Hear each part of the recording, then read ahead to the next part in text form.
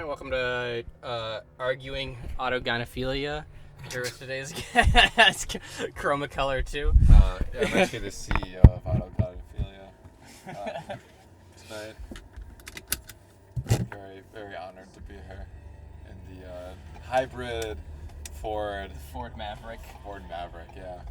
We're a real Maverick. Speaking of Mavericks, Sponsored by Rich's Barbershop. Speaking of pure Mavericks, though, manic Mavericks, today is a very special day, apparently, as Captain Kirk has left the Enterprise, and Stomach Book has blossomed yet again. So I'm very happy she shouted out. Yeah, dedicated a song to... Yeah, she did. Very, very... To Mr. Kirk. Mr. Kirk. Remember that teacher we had in high school, like Mr. Kirsch? I do remember Mr. Kirsch. The larger-than-life psychology teacher. I do remember teacher. Our psychology teacher, Mr. Kirsch. He would pick at me all the time. He knew I did not want to talk in class. Stop talking about shit. I'm going to edit out. Okay, all right. Anyways. We're here tonight. It's a beautiful, beautiful moonlit night to talk about one of the great works of art of the 21st century, Castration anthology movie, whatever the proper full government name of its title is. Castration trilogy. Castration pentology. Oh, it's 5 parts. It'll be 5 parts by the end of it. We're going to be discussing parts 1 and 2. Mm-hmm. Part 2 recently had its online premiere as of this recording. Yeah. And it will be, by the time this shit's uploaded, it will be available to watch. Everyone, if you're listening to this, you've watched it. What do you think about this movie, Willow? Castration movie 2. It really grabbed me and it took me for a ride. I think I was far more attentive to Castration movie 2 than Castration movie 1. There were times in Castration movie 1 where I think it would lose my attention far easier. Not that it was bad or any sense of the word bad,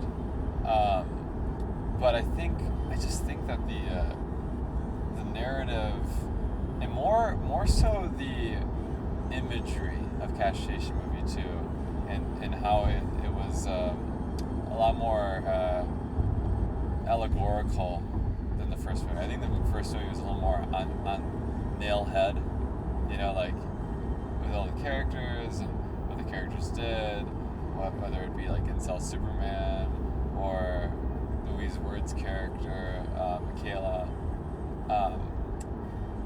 I felt like the second movie just had a lot more symbolism, and I think that really captivated me more. And it was like a gauntlet. I mean, the second movie was like it's a gauntlet. It is a gauntlet. The second half of that of part 2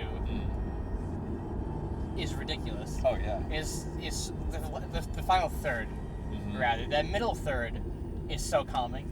Yeah. When you're out of the basement, I've been saying this. I feel so much safer when Ivy Wolk is on screen in this movie, and then when these evil transsexuals are in here. Yeah, this these evil transsexuals treating people like cats, fucking anyone they want. Right. Just high on ket 24/7. Yeah. I think President Donald Trump needs to come down, and the first thing he needs to do is send the goddamn National Guard to New York and kill these fucking cat girls. Start castrating. Start castrating. You fucking, you get in the litter and start neutering these fucking bitches. I thought they were like, was it cat girling or was it puppy shit? One of them was a cat. Okay. What they did to Alex was that puppy. That was puppy. Okay, yeah. You put a puppy in a kennel. I guess you put either in a kennel. Cats don't mind kennels as much, I feel like. I've never owned a cat. Yeah, Cats right. The puppies. Cats dogs don't like being in kennels. Well, and I think in this day of age, the puppy girl is far more synonymous with the trans woman than a cat girl. I think they're about even. I think puppy girl, so... It's truly red versus blue. I think it ebbs and flows. Yeah. I think dogs and cats are just always in the number 1 and 2 spots for like personas and stuff, but you know what? It's on the rise. Right. Yeah, it's just like politics. You're either an elephant or a donkey. Ant girls. But then you are can be on the like, but then in between you can be green or something. By the time this podcast comes out, I believe ant girls are going to be the next ant thing aunties.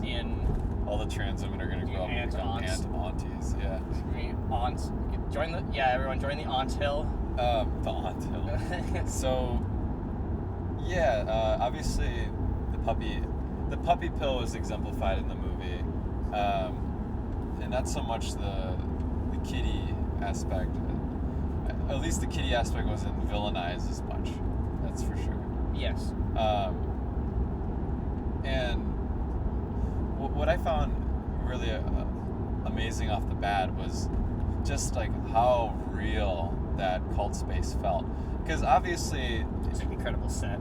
It's an incredible liminal space. The opening shot where, oh goodness, the camera operation in this movie, in both movies, but in number 2 especially, the use of space, the use of this room, the use of going into the hallway where the staircase is, and like teasing you with the staircase with the freedom in that opening shot is so fucking good. The opening shot is so good. I think it might beat out. Well, there's a shot later at the montage. That shit's so beautiful too. My favorite shot in part 1 is the camera being kicked around and a close up on Luisa's feet when she's like sucking that guy off. Yeah. That shit is so brilliant. Snyder vision. Love and Pop vision, really. Have you seen Love and Pop? I actually just saw Love and Pop. You just saw that? Well, because I saw Shin Godzilla. And it's really, really good, especially if you're a Castration head. Yeah. Yeah, it has a very similar feel because it's got that handy cam. We need Hideaki Anno to cameo in Castration Part 4. Oh, I will say, there was actually some black representation in Castration movie too. I think everybody in the first movie is white. Yeah, if there's a person of color in the first movie, I apologize. I'm not familiar with your game. It really seems. If anything, then like the boss of the Incel Superman was ethnic of some sort. Oh no, you're totally. You're right. They're totally. I'm apologizing.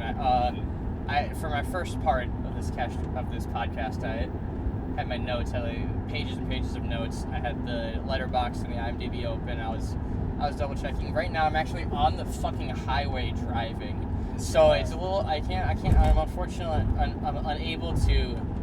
I'm unable to double check.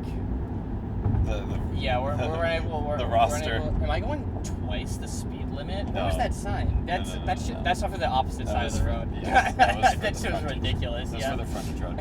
Anyways, irrelevant. But I thought it was a little cheeky. It was a little cheeky that.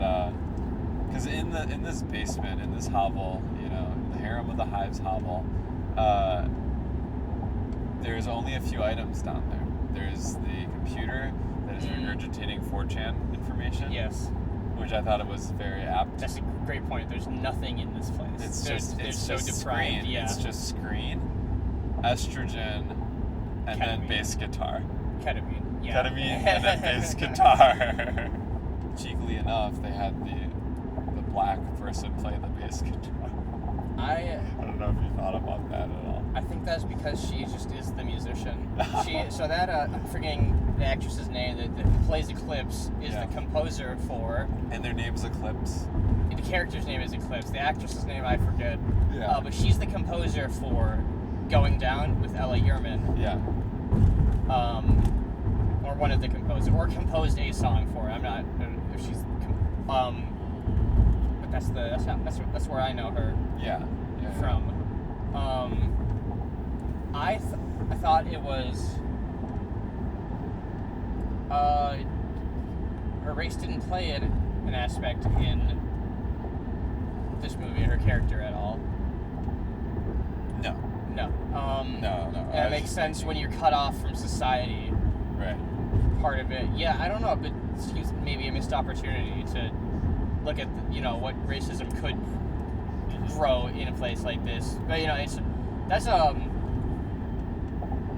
one of the most interesting criticisms for I saw the TV Glow as well. This is biracial main character that like doesn't play a lot into it. It's definitely some of the most interesting criticism I've read on that movie was around that aspect, and I wonder if people think about Castration 2 that way as well. Like, should this be a racialized movie? Being a woman of color, trans woman, is being different, especially in what is it like being in a cult as a woman of color? I don't know. I'm the whitest bitch. Yeah, that's fair. But her character is really interesting. She really was the enforcer of this. You know, she was maybe the more one-dimensional of them, but she gets to be larger than life. She gets to be super intimidating as a lot acting shock, especially her fucking song. Right. Shit's insane. Right. Yeah. Yes, she really beats by her own drum. Beats circle. Yeah. Oh, I just thought of something. Symbolism. An eclipse is also a circle. Yeah, it's true. Are there other names? What are the other characters' names? Are there any other shapes? Within their names, an eclipse is a circle. A circle is the name of the main person. It's a circle, but is there any name that's like triangle? That's German for triangle? Yeah, that's what I'm saying. Like, is there? That's something I need to look into. Yeah, I full circle. Full fucking circle. But yeah, effectively, the thing that really captivated me from the beginning was that it was just like this movie's far more symbolic and far more, fantastical than the first movie. And it's cool because although this space is supposed to be a space based in reality, this cult, it is 100% not real, and it's more or less a figment in a fake space. In reality, this is supposed to be representative of a Discord server. This is what it is. It's a Discord server. This is what it feels like to be. This is what it feels like to be chronically online, and not just chronically online, but within your own quote unquote hug box, if you will. Mm-hmm. Your echo chamber. Yeah, your echo chamber. Your hug box, echoing. But you don't realize. Conflict is not abused. Conflict is not abused. Right. Conflict is not yeah, abused. Exactly. And the hug isn't even a hug at a certain point. It's a stranglehold. Yes. And I thought that was very apt, and I thought that was very, very well done, like throughout the whole movie. It also, so I felt like the movie is insanely long, and of course, like my friend and I have talked about, like, what if we had like an edited version of this movie, And sure, like you could do that. You could boil it down, condense it down to more of like a palatable sausage. But it still had all the beats without like feeling too overstayed at any given time. I mean, I think the point of it being that long is to make you feel uncomfortable. Yeah. And if you were to like condense it, you would lose that aspect, especially because the parts that are always dragging on the longest are the most uncomfortable parts. It's not like a boring part. No. Is happening for a long time. No, the cage scene is so long. Right. It's so funny you mentioned the condensed version, because there apparently is a 2-hour cut of this movie, edited by Hazel, who is one of the girls. She's a producer, cinematographer for a lot of movie, and one of the girls in part 2. One of the I think she's the cat. I think she's the cat girl. I'm gonna have to. But she made a 2-hour cut of this movie that Louise called evil. Evil. That Louise called like evil. She called like conservative propaganda or something. There's an interview I can send that to you. Yeah. This cut like just full-facedly makes trans people look bad. I think that seems to be what she was saying. Yeah. Even this funny. movie itself does not make trans people look good. The movie itself does not. It certainly makes us look as flawed as any other corner of depravity. Well, and right, and it's not necessarily a part of being trans, but it's more part like of being online. yes. I think it's a yes. part of It's existing a part of in the being 21st century. online. Right, and I think I read a quote by Louise once that really hit with me as far as this whole movie goes, and she said something along the lines of, the internet has made us tribal and crazy, and that's bad. Yeah. And it's true, yeah. Like, I think the trans archetype is sort of the poster child of tribal internet culture at this point. And I think, like, this movie showcases hope. This movie also showcases just desire and depravity so well. But I think anybody who sees these movies should hopefully be able to wake up to a certain extent on whatever is keeping them, castrated in a way. And it's almost like that's the reason why it's called a castration movie. It's not like we're being castrated, like we're losing our malehood or whatever. It's like the opposite. It's like you are now. You're not being castrated, but you got your balls in a vice. I'm picking up what you're putting down. You know I like what I this. mean? Yeah, I agree. You're being strangled. You're being shanghaied. You're being castrated in like a Shanghai way. You're being stolen. You have to find some independence. You're losing. You have to, yeah. You're losing. The movie is losing the movie. You know? It's not W. If it was W, the movie would be called vaginoplasty. It'd be called Glock or something. It'd be or that, yeah. It would be called vaginoplasty. Yeah, part 5 vaginoplasty. You need to build something up. If you're gonna take away, it'd be called like Bussy 1, Bussy 2, or something like that. Anyways, the movie almost. I thought about this a lot because the ending is a direct spin-off of exactly this. Like the ending of the movie. Do you know like what? You said The Graduate. Yes. I knew it. I knew your ass. Graduate. I know your ass. You know my ass. No, yeah. I didn't think of that. I didn't think of that until you were winding up this sentence. Yes. Well, you're sharp. I'd agree. Yeah. Yeah. It's very much The Graduate. It's actually, it totally is. Yeah. I guess I probably didn't recognize it first because we're in a horizontal vehicle, not a vertical one. Yes, that's right. Yeah. I wouldn't. Back on a bus like that instead of a. Yeah. Oh, I love Subway. I love that Subway shot. Yeah. Oh my goodness, it's so good. Yeah, the whole ending. Oh my god, it has to go on for exactly as long as it does. It needs to meander. That's what being on the fucking subway is like. Yes. Oh my god, it's so perfect. And then they like start playing their guitar. Nobody cares. Oh my god, it's so good. Yeah, I want to make a movie on a bus, on a train ride, or on a bus, like a real time on the bus movie, something like that would be incredible. It would. But yeah, not only was the final scene very reminiscent of The Graduate, in fact, it was almost like tick for tat The Graduate. The whole movie does have like a similar pace, not pacing maybe because it's 4.5 hours long, but similar plot points to The Graduate, where it's like the movie starts and Dustin Hoffman's all humdrum back from school, and they're kind of in this limbotic zone, and you meet like the family and all that stuff, and then they meet like the Mrs. Robinson character, and that's sort of like them going out into the party, and then they meet the daughter, and that's the what's their name? It's Ivy Wolf. Yeah. Is that the name of the character? The character's name I don't remember. Yeah. Ivy Wolf is the actress. Yeah. So then they meet. Let's just call them Ivy. So they meet Ivy, and that's like meeting Mrs. Robinson's daughter. Yeah. And then you're like, oh, I can't. I literally have been porking your mom. Like I can't. Yeah. And in this case, Circle's like, oh, I'm literally like in a cult. I can't be with you. Like I'm in a trans cult. I can't detransition. Because that's the whole angle Ivy's got. Obviously, is like, oh, I was non-binary in college. I know exactly how this goes.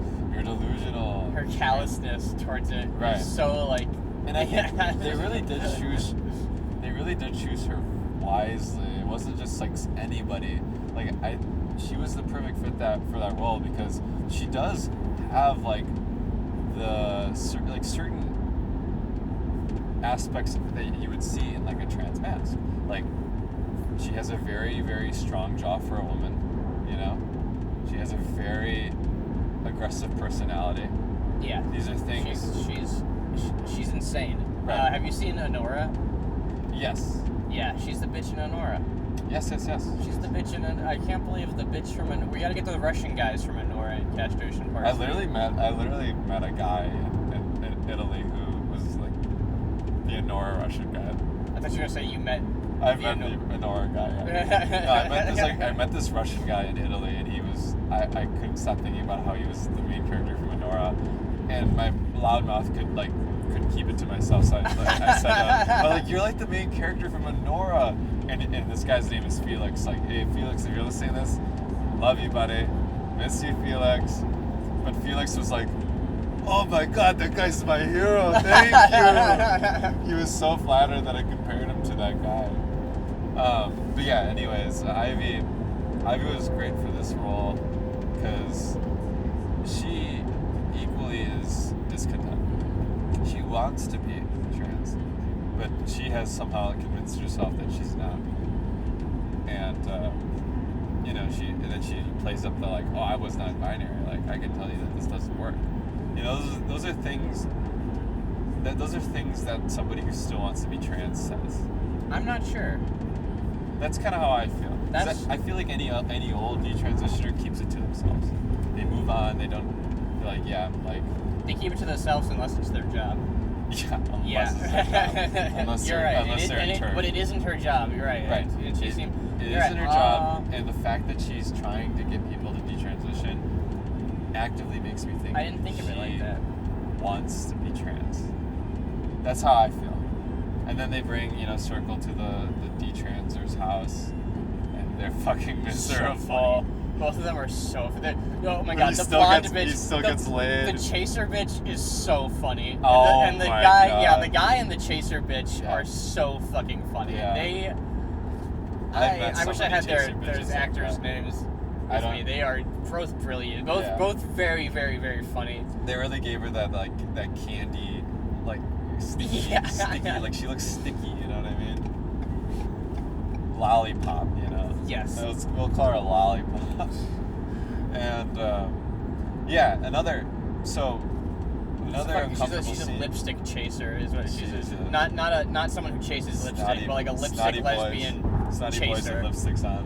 Yeah. And that's around that part of the movie too. There's another really long, uncomfortable scene, and that's the party.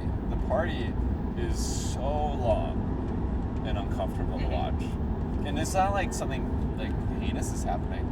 You know what I mean? It's not like the kennel. No. But it's just like it's so excruciating to watch the party scene, and it's got like the split screen thing going on. The split screen blew my mind. And it was like, to watch 8 hours of a movie. Yeah. And then to be shown, like I'm lulled into. There's not gonna be split screen. There's not gonna be, it's not edited like that. This isn't is not the language of this movie. And then 7 hours in, you're hit with something that like is so obvious for any other movie, a split screen. But then like it hits you like a motherfucker. Like this when you watch the thing for 5 hours and there's never been an edit like this before, and now there is. And it's like the people have been disassociated and fucked up in this movie before. Circle is real fucked up right now. Yeah. If this is how we're being presented, right? Yeah. Oh my God, it's like, so beautiful. Well, and it does a good job exemplifying dissociation. Absolutely. So you're there, but then your mind's over here. And I don't know if this is intentional at all. I think it's a technical error, but the audio goes out of sync. You know what I'm saying? Like there's parts where the audio's not synced properly. I think that's got to be intentional. Yeah. It's not like me who 2 nights ago submitted a short film to a festival and then had to resubmit it. I had to resubmit it with the fixed audio. I'm pretty sure Louise got her shit on lock. Right. So, well, in that case, audio becoming unsynced adds to that poignancy of like just queasiness and like, you know, overall sort of like dissociation. And then like out of nowhere the other person from the cult comes to the party too, and they're like, there's that confrontation and everything, and then you're flashed out of it, and then you get the whole detransition spiel, and we talked about that. Another really strange scene, and it really like, I almost forgot about this one completely, but like Circle goes to like an old Flames apartment or something like that. It's not very clear. Agnes Walsh is that actress. Yeah, She's, I don't know the character's name, but yes, yeah. Aggie's apartment, and that's really strange. And that really hit home for me too. I'm never going to fuck you. Thank you for thank you for the like. Yeah, there's the assumed sexual availability in some queer spaces is so weird. It's like it's a huge there's a huge thing. There's a whole that could be a whole castration part on its own. It's just like a situation like that. Yeah, goonstration. Well, and the thing that's really interesting about that scene is because at that point Circle is so, and this happens before the stuff that we were just talking about, right? Yes, this is before the party. This is like right after she gets on the call. After she talks to that one person on the streets. But at the apartment, it's actually not quite clear who's telling the truth. You really can't say. Because on one hand, Circle's like, oh yeah, like, thanks for letting me crash, you know? Like, I'm not gonna fuck you, and stuff like that. But on the other hand, this person seemed like a pretty good friend. You know what I mean? That was the impression at first. Yeah. And then the conversation, especially with Circle saying, made it seem like it was just, we met online, you let me crash here. But then, but like, for how long? You know what I mean? Like, until she made her way into the cult, apparently. Like, we don't know that as the viewer. We don't know, like, they could have had a relationship. You know what I mean? Circle could have been taking this person for a ride. You know what I'm saying? Yeah. And like kind of it was like overtly nice and overtly like friendly and almost borderline sexual with this person, knowing damn well that they would be taken care of. You know what I'm saying? Yeah, it's the darker interpretation. Right. Of Circle, of Circle. Well, and that's what I liked about that scene, because you don't really know. Mm-hmm. You really don't know, because Circle's so flabbergasted that she can't like really talk, and the other person is just like so happy to see him, and like, you know, I kept your stuff, like I was waiting for you. It was very strange. I think it's just another example of like open-endedness and symbolism that Louise did a fine job exemplifying in that movie. Also, I do like how you can see Alex Walton posters in the background too. Look at the walls of the apartment. You can see like Alex Walton performing live. Which is kind of meta because it's like, oh, like maybe in this universe, like Circle is actually Alex Walton, and this person is like, oh, this is my roommate / lover who I support musically. Take her to their gigs because they don't have a car. Like in this universe, FroggyWorm is made up out of Adeline and Rocco instead of Aoife and Magda. Yes. But who the fuck is? Yeah, who the hell is Alex? Who's Lex Walton though in this? Yeah, like who's the real Alex Walton though in this world? Is Circle? Is that Circle's? Will the real Alex Walton please? Is that Circle's real name? Is that why they met? Is that why Agnes is let? Yeah. Probably not, right? You don't know. I love the scene. It's so inexplicable, especially the way it ends. Of Ivy Wolf trying to buy the gun. Oh yeah. From I'm blanking on her last name. I feel like I've seen that woman so many times before. Not explicitly that woman, Oh, you met I've the met gun- Liz. I'm bringing on her. I think her last name is Liz. Her last name is Purcell. Liz Purcell is an awesome. She's a projectionist. Oh, Lives really? in Texas, I think. Yeah, she's a film historian and projectionist. She digitized a shit ton of gay porn, vintage gay porn, shot on video stuff, and made a movie out of it called Ask Anybody. And it's like it's reverse. It's like making a narrative out of not documentary footage, but like almost documentary footage, just porno. It's like the only like video footage of like queer culture at the time of these cruisers. It's this really awesome movie, and I talked about it for like 5 minutes on the first part of this podcast, so I won't go on about it for long. And you can't fucking watch it.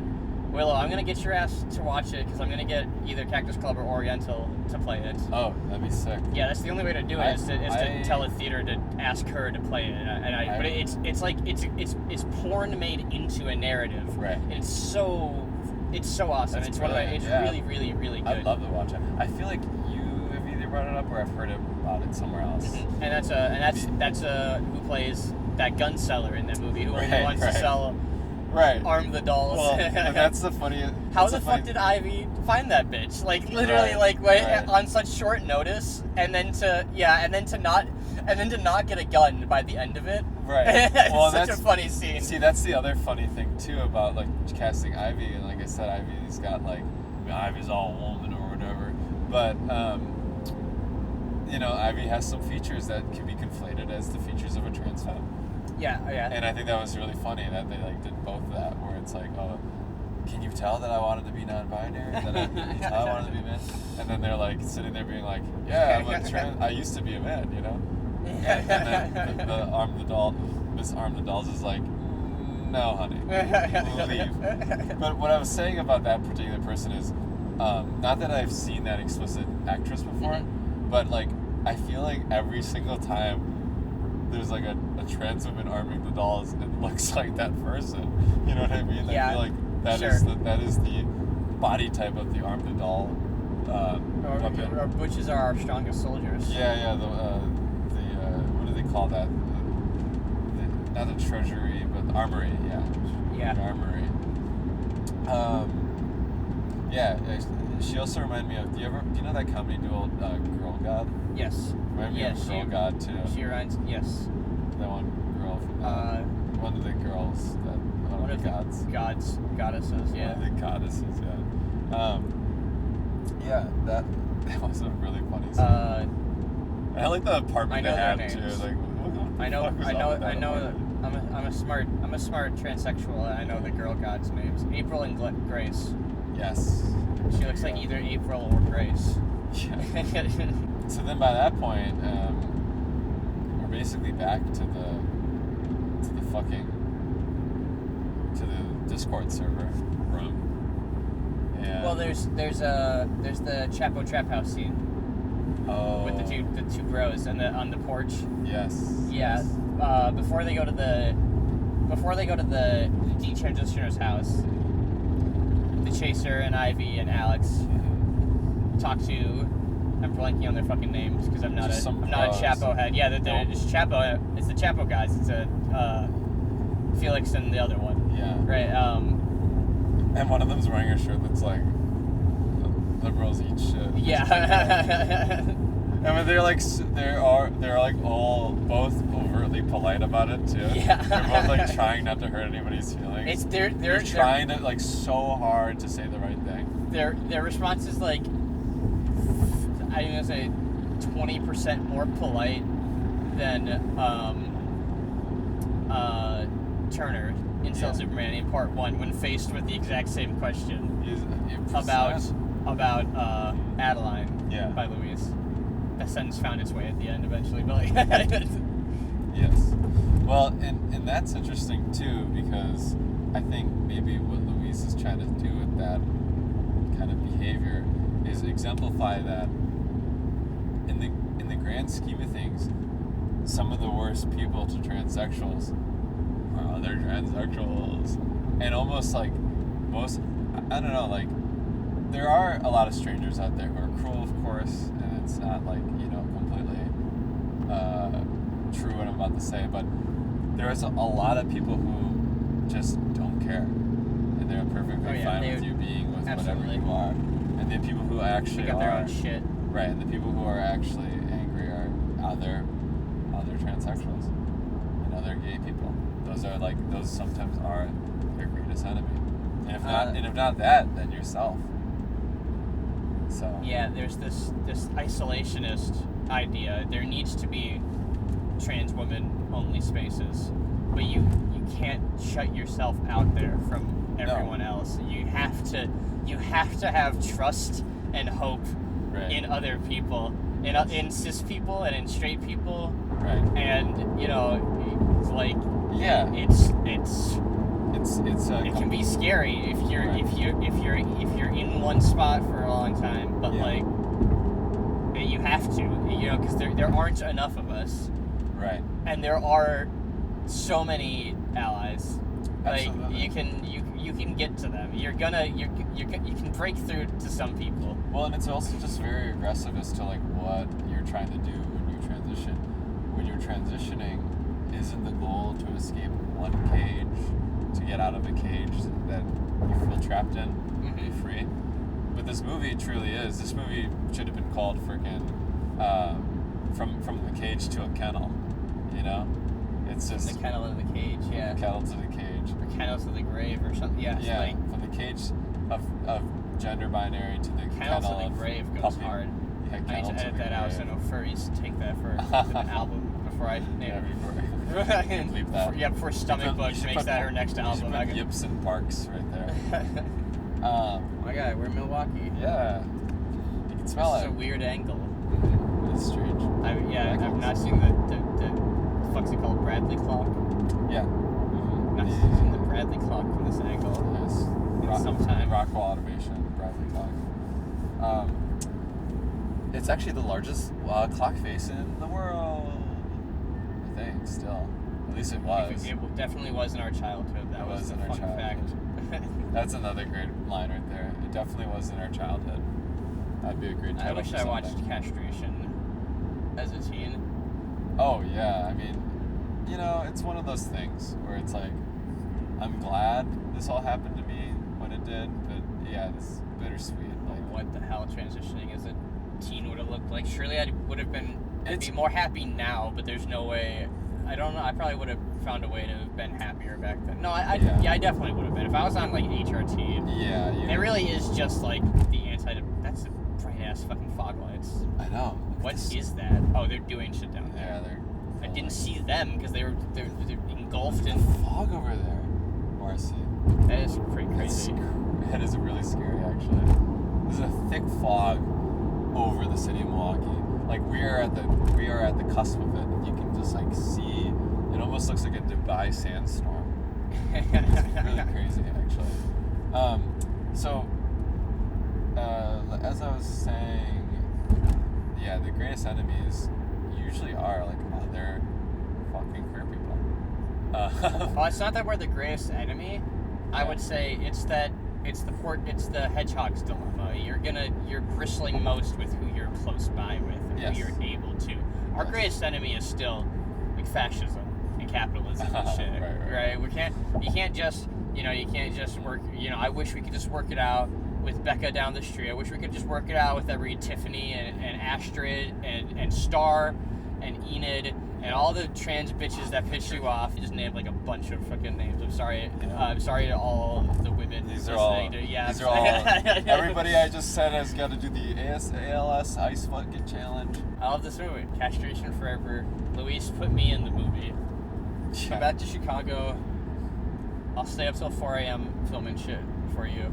Yeah, I was just captivated heavily by this one, and the whole scene then, the climax of the puppy cage and the echoing words of confrontation is not... Conflict is not abuse. Conflict is not Conflict is not abuse. Yeah. Well, and it's crazy, too, because remember our passenger earlier, who shall not be named, they were going on about their fucking living situation. Remember? Oh, it seemed like that, yes. It was very... Yeah, I mean, they were very much in a similar position where they had a kind of overbearing mama trans person in the polycule nightmare house. And it sucks to see that. Like, I guarantee you the likes of that individual, who shall not be named, would say some shit like that, where they would go, conflict is not 10 yours. fingers interlocking. I know if we got to talking, I know you. Well, that's all we have time for, everyone. Yeah. Fucking watch this movie, rewatch it, and rewatch it again, and check out part 3. Subscribe to me, and go fuck yourself. Take estrogen or testosterone.